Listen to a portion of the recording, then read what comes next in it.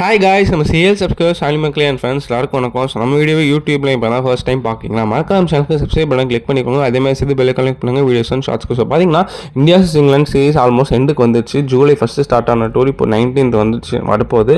ஆனால் almost we are about to the end of the series. ஆனால் பார்த்தீங்கன்னா இப்போ 5 T20 முடிஞ்சு போச்சு, 3 ஓடிக்கு வந்துட்டோம். So T20 series England complete white wash பண்ணாங்க. 4-0 ஒரு மேட்ச் மழையில் போச்சு. சரி, ஒரு கேப்டன்சியில் பெரிய கொஸ்டின் மார்க் இருந்து ஒரு மேட்ச் கூட இது வரைக்கும் இன்னும் ஜெயிக்கல. ஸோ அந்த பிரச்சனைகள்லாம் ஓடிட்டு இருக்கு. Harry Brooke literally dominated and அந்த சீரிஸ் முழுக்க இங்கிலாந்து சூப்பராக ப்ளே பண்ணாங்க. அந்த deserve to do like that. And T20ல நம்பர் 1 ரேங்கிங்ஸ் போயிட்டாங்க. ஸோ இந்தியாவுக்கு T20ல நிறைய கொஸ்டின் மார்க்ஸ் இருக்குது. அயர்லாந்து இங்கிலாந்து ஒரு தோத்துட்டு வந்திருக்காங்க. என்ன பண்ண போகிறாங்கன்னு அடுத்த சீரிஸில் தெரியல. But at the same time international மட்டும்தான் ஓடுதான்னு கேட்டால் ஆமாம், ஆனால் லீக்ஸும் ஓடுது. எம்எல்சி ஓடுச்சு, அதுக்கப்புறம் வந்து நிறைய லீக்ஸ் ஓடுது. பட் ஐபிஎல் ரிலேட்டடாகவும் நிறைய நியூஸ் வந்தது. நம்ம அதை பற்றி இந்த சீரிஸ் முடிச்சுட்டு கவர் பண்ணுவோம். ஆனால் ட்ரேட் ஹர்திக் பாண்டியா ட்ரேட் ரிலேட்டடாக வருது. அதுக்கப்புறம் ஸ்டீஃபன் ஃப்ளெமிங் சிஎஸ்கேலேருந்து எக்ஸிட் ஆனது. அதுக்கப்புறம் பார்த்தீங்கன்னா வந்து நிறைய ட்ரேட் நியூஸ் வருது. ஸோ இதெல்லாமே நம்ம கவர் பண்ண போகிறோம். ஸோ ஐபிஎல் ரிலேட்டட் நியூஸ்மே உங்களுக்கு பார்த்தீங்கன்னா இந்த டூர் முடிச்சுட்டு வரும். ஏன்னா அதுக்கப்புறம் சிம்பாப்வே டூருக்கு அப்புறம் அவ்வளோ இந்தியாவுக்கு வந்து ஸ்ரீலங்கா டூர் தான் மேட்ச் வச்சு நடுவில் சின்ன பிரேக் இருக்குது. ஸோ அப்போ நம்ம அப்பப்போ ஐபிஎல் கண்டென்ட் உங்களுக்கு வீடியோவும் வரும், ஷார்ட்ஸ் வரும். ஏன்னா ஐபிஎல் பத்திக்கிட்டு வருது. ஆல்ரெடி நிறைய டீம் நியூஸ் விட ஆரம்பிச்சிட்டாங்க. ஸோ அதை பற்றி நம்ம கொஞ்சம் டிஸ்கஸ் பண்ணுவோமே. சரி, ஓகேடா, அதெல்லாம் ஓகே. இன்னைக்கான வீடியோவில் நம்ம என்னடா பார்ப்போம் அப்படின்னு நீங்கள் கேட்கலாம். ஸோ இன்னைக்கான வீடியோவில் இந்தியா இங்கிலாண்டோட ஃபைனல் டூர் மேட்சோட ப்ரிவியூ தான் பார்ப்போம். தேர்ட் ஓடி, அதாவது the much awaited decider match at Lord's. So அந்த மேட்சோட ப்ரிவியூ தான் பார்ப்போம். ஸோ பார்த்தீங்கன்னா இங்கே சண்டே நடக்குது, சொல்கிறது இந்தியன் டைம் படி 3:30 start. So third ODI final மேட்சோட ப்ரிவியூ. இந்தியா அண்ட் இங்கிலாண்டோட பிளேயிங் 11 என்னவா இருக்க போகுது, ஏதாவது சேஞ்சஸ் இருக்குமா, கேஎல் ராகுல் திரும்பி வருவாரா, இந்தியா என்ன பண்ணணும், இங்கிலாந்து ஜெயிப்பாங்களா, இந்தியா ஃபேவரட்ஸா. ஏன்னா ஓடிஐ சீரிஸ் பொறுத்த வரைக்கும் இந்தியா வந்து நம்பர் 1 இருக்காங்க, இங்கிலாந்து 8 இருக்காங்க. இது ஒரு மேட்ச் டிசைடிங் சீரிஸ். என்ன நடக்குது வெயிட் பண்ணி பார்க்கலாம். ஸோ யார் ஜெயிக்க போகிறாங்க பார்க்கலாம். ஸோ வாங்க வீடியோக்குள்ளே போகலாம். அதுக்கு முன்னாடி செகண்ட் ஓடைய சின்ன ரிவ்யூ பார்த்துருவோம். டாஸ் ஜெயிச்சு இங்கிலாந்து இந்த தடவை உருப்படியாக பவுலிங் எடுத்தாங்க. But it work for them. ஏன்னா பார்த்தீங்கன்னா சோஃபியா கிரௌண்ட்ஸில் சூப்பராக பவுலர்ஸ் கன்சிஸ்டன்ஸ் கிடச்சிது. முதல் 15 over as I sir. And England bowlers are on target. First 10 over India dominate பண்ணாங்க. பட் அதுக்கப்புறம் மேட்ச்லேயே இல்லை இந்தியன் டீம். அதுக்கப்புறம் வந்து பார்த்தீங்கன்னா ஜோஃப்ரா ஆர்ச்சர் ஒரு 3 விக்கெட்ஸ், கஸ் அட்கின்சன் 3 விக்கெட் சூப்பராக போட்டாங்க. இந்தியாவுக்கு சூப்பராக பார்த்தீங்கன்னா கிங் கோலி ஒரு 65 ஸ்டார்ட் கொடுத்தாரு. பட் சென்ச்சுரியாக கன்வெர்ட் பண்ண முடியல. ஸ்ரேயஸ் ஐயர் ஆஸ் யூஷுவல் சூப்பராக ஆடினாரு 66. பட் அதை தாண்டி யார்கிட்டயுமே சப்போர்ட் கிடைக்கல. ரோஹித்தா இருக்கட்டும், அக்சர், வாஷிங்டன், இஷான் கிஷான், அதுக்கப்புறம் கீழே யாருமே ஆடல. ஜஸ்பீர் பும்ரா வந்து ஒரு 20 அடிச்சாரே தவிர மற்றபடி இந்தியாவுக்கு சொல்கிற மாதிரி யாரும் ஆடலை. ஸோ இந்தியன் டீம் 233 ரன்ஸுக்கு 44 ஓவர்ஸ்லேயே ஆல் அவுட் ஆயிட்டாங்க. 6 ஓவர்ஸ் பெண்டிங்லேயே ஆல் அவுட் ஆயிட்டாங்க. கஷ்டமாக இருந்தது. But England bowlers on par சூப்பராக போட்டாங்க. Saqib Mahmood 2 wicket, Archer Atkinson 3 wicket நல்லா போட்டாங்க. ஸோ இந்தியா 233 பொட்டல மாட்டாங்க. பட் இன் ரீப்ளை 234 அடிச்சாங்க. இங்கிலாந்து கொஞ்சம் ஸ்க்ராட்சாக தான் ஸ்டார்ட் பண்ணாங்க. ஏன்னா 10 ஓவருக்குள்ளேயே 2 விக்கெட் விட்டாங்க, டக்கெட்டும் பெத்தலும். பட் அதுக்கப்புறம் ரூட் வந்து ஒரு சைடு தூணா நிற்க ஆரம்பிச்சு ஆங்கர் இன்னிங்ஸ் ஆரம்பிச்சாரு. அவரை சுற்றி வரவும் போகிறவங்களாம் நின்றாங்க, அவுட் ஆனாங்க. பட் அதுக்கப்புறம் ரூட் வில் ஜாக்ஸ் பார்ட்னர்ஷிப் தான் மேட்சை சீல் பண்ணி கொடுத்தது. அதுக்கப்புறம் பார்த்தீங்கன்னா அட்கின்சன் வந்து மேட்சை ஜெயிச்சு கொடுத்துட்டு போயிட்டார். ஸோ ஜோ ரூட் 99 நாட் அவுட்டில் நின்றார். வில் ஜாக்ஸ் ஒரு 30 ரன்ஸ், அட்கின்சன் ஒரு 23 ரன்ஸ், சாம்கன் 25 ரன்ஸ் ஸ்பின் பண்ணி இங்கிலாந்து வந்து மேட்ச் வந்து ஈஸியாக ஜெயிச்சிட்டாங்க. 237 for 6 மேட்சை ஈஸியாக ஜெயிச்சுட்டு போயிட்டாங்க. இங்கிலாந்து அவ்வளோ ப்ரெஷராக இல்லை. 5 ஓவர்ஸ் பேர் இங்கிலாந்து ஜெயிச்சிட்டாங்க. இந்தியாவை பொறுத்த வரைக்கும் பார்த்தீங்கன்னா குர்னூர் புரா 2 விக்கெட்டு, அக்ஷர் பட்டேல் ஒரு விக்கெட்டு, போட்ட பவுலர்ஸ் எல்லாம் ஒரு விக்கெட்டு. பட் பெருசாக யாரும் போகிற ஒன்று சொல்லுது எதுவும் பண்ண முடியாது. ஏன்னா சின்ன ஸ்கோர் எதுவும் பண்ண முடியாது. பட் இங்கிலாந்து கம்ஃபர்டபுளாக இந்த மேட்ச் ஜெயிச்சுட்டு 1 நாள் சீரிஸ் எடுத்தாங்க. சரி, இப்போ லார்ட்ஸை பற்றி பார்ப்போம். ஸ்டேடியம். ஸோ லார்ட்ஸ் பார்த்தீங்கன்னா யூஸ்வலி உங்களுக்கே தெரியும் ஒரு பெரிய கிரவுண்டு உள்ள ஸ்டேடியம் லார்ட்ஸ். ஏன்னா பவுண்டரி சைட்ஸ் வந்து ரொம்ப பெருசு. அண்ட் இங்கே பார்த்தீங்கன்னா லாஸ்ட் ஒரு 5 ஓடிஎஸில் 3 ஓடி சேசிங் டீம் ஜெயிச்சிருக்காங்க, 2 ஓடி ஃபஸ்ட் பேட்டிங் டீம் ஜெயிச்சிருக்காங்க. So it just chase the story. And இங்கேயுமே பார்த்தீங்கன்னா பவுலர்ஸ்க்கு ஃபஸ்ட் 20 ஓவர்ஸ் கிட்டத்தட்ட அசிஸ்டன்ஸ் கிடைக்கும். அட்லீஸ்ட் ஒரு 15 ஓவர்ஸாவது நீங்கள் வச்சுக்கலாம் பேசஸ்க்கு. அதுக்கப்புறம் ஸ்பின்னர்ஸ்க்கு அசிஸ்டன்ஸ் இருக்காது. பட் கண்டிப்பாக பால் கிரிப் ஆகும், கொஞ்சம் வந்து டர்ன் எக்ஸ்ட்ராக்ட் பண்ணலாம். பட் இஃப் தே போல் இந்த குட்லேருந்து. ஸோ பார்த்தீங்கன்னா ஸ்பின்னர்ஸ்க்கு 20 to 35 நல்லா எடுத்து கொடுக்கும். அதே மாதிரி பேசஸ்க்கு 1 to 15. பட் பேட்டர்ஸை பொறுத்த வரைக்கும் இது ஒரு நல்ல பிச்சுங்க. நீங்கள் டெஃபினெட்லி 275 295 அடிச்சிங்கன்னா ஒரு வினிங் ஸ்கோர் நான் சொல்லுவேன். ஏன்னா 300 மேலேயும் ரன்ஸ் அடிச்சிருக்காங்க. அண்ட் சேஸும் நடந்திருக்குன்ற போது ஃபஸ்ட் பேட்டிங் ஆட டீம் கொஞ்சம் காம்பேக்டாக ஆடணும். பிகாஸ் அசால்ட்டாக ஆடக்கூடாது. பட் என்னை பொறுத்த வரைக்கும் இங்கே average first inning score 278, average second inning score 267. So almost கிட்ட தான் இருக்குன்றனால கண்டிப்பாக லார்ட்ஸ் வந்து ஒரு சேசிங் ரவுண்டாகவே ப்ரிஃபர் பண்ணலாம். ஸோ சேஸ் பண்ண டீமுக்கு இங்கே டெஃபினெட்லி அட்வான்டேஜ் இருக்குது. பட் ஃபஸ்ட் பேட்டிங் டீமுக்கு இல்லையான்னு கேட்டால் அவங்களுக்கும் இருக்குது. But they need to score around 275 to 295. அது அடிச்சிங்கன்னா கண்டிப்பாக இங்கே ஒரு சான்ஸ் இருக்குது லார்ட்ஸில் என்னை பொறுத்த வரைக்கும். பட் சேசிங் பண்ண டீமுக்கு எப்பயுமே அட்வான்டேஜ் இருக்குது. ஏன்னா இது ஒரு டே கேம், நைட்டில் ஆடல. ஸோ அதனால் கண்டிப்பாக பவுலர்ஸ்க்கு நல்ல அசிஸ்டன்ஸ் இருக்கும். யார் நல்லா போகிறோன்னு பார்க்கலாம். சரி, ஃபர்ஸ்ட் அப்போ இங்கிலாந்து கிட்டே ஸ்டார்ட் பண்ணுவோம். இங்கிலாந்து பார்த்தீங்கன்னா முற்றிலும் டாமினேட் பண்ணது T20ல மட்டும்தான். ஏன்னா டெஸ்ட்லையும் சரி ஓடிலையும் சரி லாஸ்ட் ஒரு 2-3 இயர்ஸாகவே அவங்க பேக்வர்டில் தான் இருக்காங்க. உங்களுக்கே தெரியும், ரெண்டுத்துலையுமே போராக ஆடுறாங்க. ஏன்னா ஓடியில் அவங்களோட ரேங்கிங் நம்பர் 8, டெஸ்ட்டில் அவங்களோட ரேங்கிங் நம்பர் 7. ஸோ அதனால் இங்கிலாந்துக்கு நிறைய வேக்கப் கால் தேவைப்படுது. ஏன்னா இந்த ஃபார்மேட்டில் Brendan McCullum and Harry Brook கூட இது இந்த சீரீஸில் தெரிய போகுது. ஏன்னா பிரெண்டன் மெக்கலம் டெஸ்ட்டில் சாக் பண்ணாங்க, T20ல இருக்கார். ஓடி பர்ஃபார்மன்ஸ் பொறுத்து பார்ப்பாங்க. ஹாரி புருக்குமே அந்தளவுக்கு இது வரைக்கும் சீரீஸில் இம்ப்ரெசிவாக ஆடல.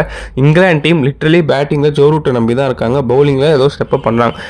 இங்கிலாண்டோட பிளேயிங் லெவன் என்னவா இருக்கும் அப்படின்னு கேட்டிங்கன்னா, லாஸ்ட் மேட்ச் ஆன பிளேயிங் லெவன் கண்டிப்பாக போவாங்க. ஏன்னா நான் வந்து பார்த்தீங்கன்னா ஜாஷ் டங்கையும் லியாம் டாசனில் யாரும் ஒருத்தர் கை வைப்பாங்கன்னு நினச்சேன். பட் 2 பேரும் கை வச்சாங்க. ஜாஷ் டங்குக்கு பதிலாக வந்து என்ன சொல்கிறது, சாக்கிப் மெஹமூத் ஆடினாரு. அதே மாதிரி லியாம் டாசன் பதிலாக Gus Atkinson, which made them play 4 fast bowlers. அதுக்கப்புறம் பார்த்தீங்கன்னா 3 spinners with Will Jacks, Adil Rashid and Jacob Bethell. So மொத்தமாக 7 பவுலர்ஸ் அதே டீமோட தான் போவாங்க. எனக்கு தெரிஞ்சு டங்கும் லியாம் டாசனும் இல்லை தான். So as usual Jacob Bethel will open Ben Duckett ஒரு ப்ராப்பர் என்ன சொல்கிறது ஓப்பனருங்க. பட் அவங்களுக்கு அந்த செகண்ட் ஓப்பனர் இது வரைக்கும் யாரும் தெரியல. ரேஹான் அஹமத் ட்ரை பண்ணாங்க, ஜாக் ராய் ட்ரை பண்ணாங்க, இப்போ பெத்தல் ட்ரை பண்ணாங்க. பட் எனக்கு என்னவோ ரேஹான் அஹமதே ட்ரை பண்ணலான்னு தோணுது. அந்த பையன் ஒரு 4-5 ஓவர் கொடுப்பான் லெக் ஸ்பின் போட்டு.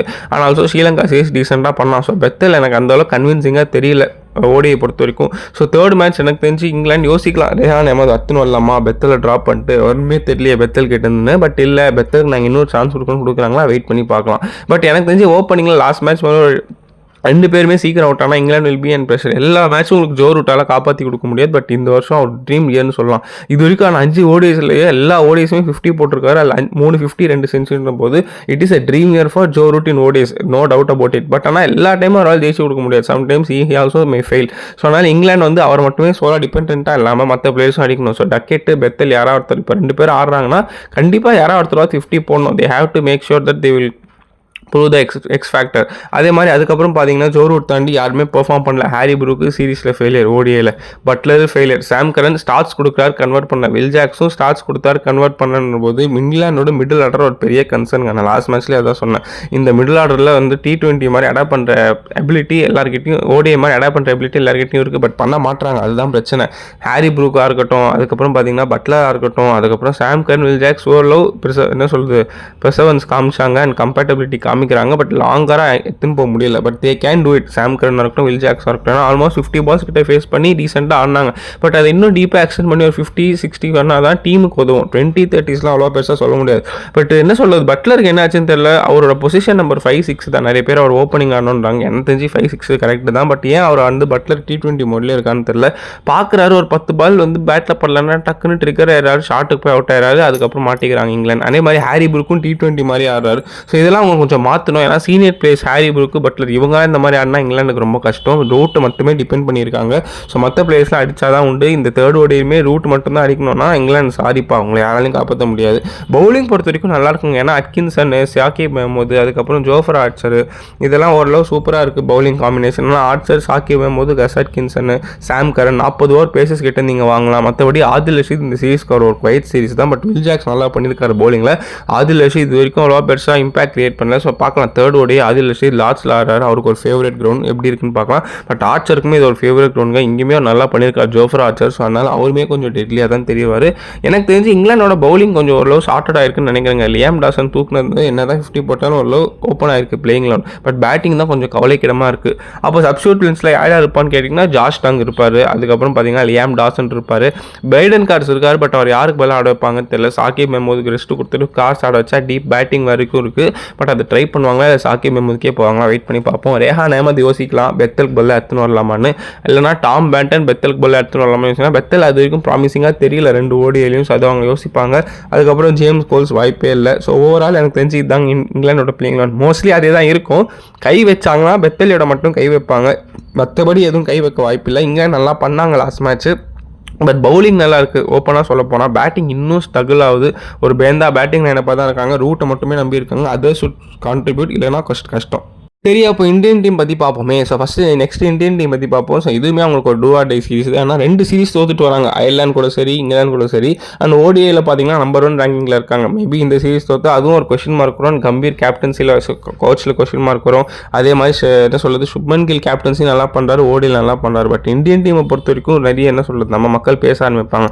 ஸோ இந்தியா கண்டிப்பாக இந்த சீரிஸ் ஜெயிக்க பார்க்கணும். ஏன்னா ODI world cup is just less than 13 months or 14 months தான். நெக்ஸ்ட் அக்டோபர் 2027 போது you have to start preparing well. And நீங்கள் இந்த மாதிரி பிச்சஸில் வந்து நல்லா பெர்ஃபார்ம் பண்ணால் தான் அவையில் நல்லா ஆட முடியும். சவுத் ஆஃப்ரிக்காவுமே சிமிலர் கைண்ட் ஆஃப் பிச்சஸ் தான் இங்கிலாந்து மாதிரின்ற போது இங்கே நீங்கள் ஜெயிக்கணும். ஸோ அதனால் தேர்ட் ஓடி will be decider for India. என்ன பண்ணுறாங்கன்னு பார்க்கலாம்.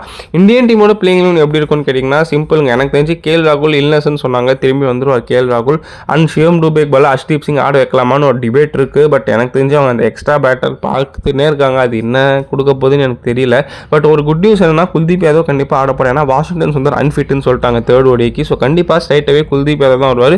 பட் அங்கேயும் உங்களுக்கு ஒரு பேட்டிங் போதுன்றனால கண்டிப்பாக ஹர்ஷ்தீப் வரமாட்டார். ஸோ கண்டிப்பாக சிவம் டூபே தான் ஆட வைப்பாங்க. ஸோ அது ஒரு நம்பர் 7னா குல்தீப் யாதவ் 8ல் வருவார். குல்தீப் யாதவாலையும் பேட்டிங் ஆட முடியும், பட் பெருசாக ஆட முடியுமா எனக்கு தெரியல. ஸோ ஓவரால் பேட்டிங் வைஸ் பொறுத்த வரைக்கும் ரோஹித் சர்மாக்கு ஏதோ ரூமர்ஸ்லாம் கிளம்பிச்சுங்க. ஃபைனல் ஓடிஐ ரிட்டையர் ஆக போகிறாரு, இந்தியன் டீம் பிளான்ஸில் இல்லைன்னு என்னென்னவோ சொல்லலானுங்க. எனக்கு என்னடா பண்ணுறீங்கன்ற மாதிரி இருந்துச்சு. பட் பிசிசி செக்ரட்டரி கிளியராக சொல்லியிருக்காரு, ரோஹித் எங்களோட 2027 பிளானில் இருக்காரு, அவரை ட்ராப் பண்ணுறதாவே இல்லை. ஓகேவா? அதே மாதிரி பேட்டிங் கோச் சித்தாஞ்சு கோட்டுக்கும் சொல்லியிருக்காரு, ஒரு மேட்ச் அவர் ஸ்ட்ரகிள் பண்ணுறது போட்டு இந்த பேச்செலாம் வரக்கூடாது, ஹீஸ் இன் அவர் பிளான் சொல்லியிருக்காங்க. ஒரு நல்ல சந்தோஷங்க. ரோஹித் சர்மா எனக்கு தெரிஞ்சு இதுக்காகவே லாஸ்ட்டில் அட்லீஸ்ட் ஒரு 50 போடணுங்க. இந்த ஹேட்டர்ஸ்க்கோ இல்லை ரூமர்ஸ் கிளப்பி விட்டவங்களுக்கு அவர் ஒரு என்ன சொல்கிறது, ஒரு இது சொல்லணும்னா, ஒரு ஸ்டேட்மெண்ட் சொல்லணும்னா ஒரு 50 போடணும். செஞ்சுரி போட்டால் இன்னும் சூப்பராக இருக்கும். சுப்மன் கில் இந்த சீரீஸில் எப்படா துடிக்கிறாரு, அவரும் நான் ஒரு 50 செஞ்சுரி வருவான்னு பார்க்குறேன். ஃபஸ்ட் மேட்ச் 80 போயிட்டார், ரிட்டையர்ட் அவுட்டு. இந்த மேட்ச் 30 போயிட்டார். ஒரு சுப்மன் கில் ஸ்பெஷல் எதிர்பார்க்குறேன். எனக்கு தெரிஞ்சு இந்த மேட்ச் கண்டிப்பாக ரோஹித் ஆர் சுப்மனில் யாராவது ஒரு செஞ்சுரி போடுவாங்கன்னு என் உள் மனசு சொல்லுது. வெயிட் பண்ணி பார்க்கலாம். அதுக்கப்புறம் பார்த்தீங்கன்னா விராட் கோலி, கிங் கோலி, அவர் லாஸ்ட் மேட்ச் சூப்பர் ஸ்டார்ட் கொடுத்தாரு 65. அன்ஃபார்ச்சுனேட்லி ஃப்ளிக்கார்டு போய் அவுட் ஆகிட்டார். இந்த இன்னிங்ஸ் லாஸ்ட்டில் என்ன ஆடுறான்னு பார்க்கலாம். நிறைய பேர் லாஸ்ட்டில் தான் ஃபைனல் மேட்ச்ன்றாங்க ரோஹித் கோலிக்கு. எனக்கு தெரியல, இருக்கலாம். பட் என்னவோ இருந்தாலும் they should give their best. ஏன்னா இது ஒரு சீரீஸ் ஆன் த லைன்ற போது சீனியர் பிளேயர்ஸ் 2 பேரும் ஸ்டெப் அப் பண்ணும். ஆஸ்திரேலியா தேர்ட் ஓடி எப்படி ஆடினாங்க அந்த மாதிரி ஆடினா நல்லாயிருக்கும். அதுக்கப்புறம் பார்த்தீங்கன்னா நம்பர் 4 ஆஸ் அவர் கன்சிஸ்டன்ட் ஸ்ரேயஸ் ஐயர். அவர் ஓடியில் பார்த்தீங்கன்னா லாஸ்ட் 2 இயர்ஸாகவே சூப்பராக ஆடுறான்னு. அவர் ஆவரேஜ் ஆல்மோஸ்ட் 40 கிட்ட இருக்குது.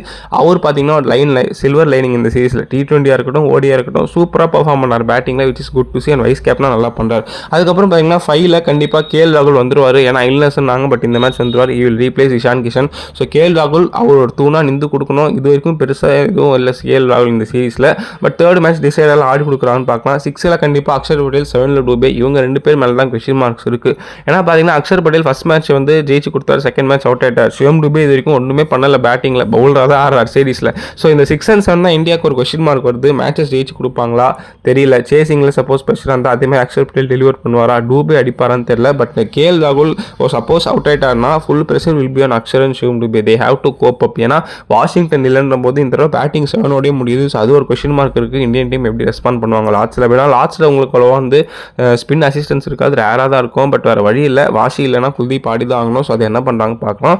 குல்தீப் பார்த்து அக்ஷர் ஒரு 2 ஸ்பின்னர், அதுக்கப்புறம் ஆஸ் யூஷுவல் பும்ரா, குர்னூர் பால், அதுக்கப்புறம் பிரசித். பவுலிங் வைஸ் நல்லா இருக்குங்க. ஏன்னா ஜஸ்வீத் பும்ரா கூட இப்போ பிரசித் கிருஷ்ணா நல்லா பேரப் பண்ணுறாரு. இல்லை எனக்கு அர்ஷதீப் சிங் ட்ரை பண்ணோன்னா ட்ரை பண்ணலாம். பட் அவங்க என்ன ரூட்டில் இருக்காங்கன்னு தெரியல. குர்னூர் பால் நல்லா லென்த் ஹார்ட் லென்ஸ் அடிக்கிறாரு. பட் கொஞ்சம் எக்ஸ்பென்சிவாக போகிறார். But is fine, you learn. ஏன்னா குர்னூர் பார் இப்போ தான் இந்த ரேங்க்ஸ் சார்ட் பண்ணுறாரு. இப்போ தான் Overseas conditions first tour. So நல்லா ஆறார். பிரசித் கிருஷ்ணாவும் நல்லா பண்ணுறாரு, பும்ராவும் நல்லா பண்ணுறாங்க போது பவுலிங் இந்தியாவுக்கு பிரச்சனையே தெரியல. பேட்டிங் தான் கொஞ்சம் ப்ராப்ளமாக பார்க்குறேன். ஏன்னா குல்தீப் யாதவ் வந்துட்டான்னா கண்டிப்பாக நல்லாயிருக்கும்.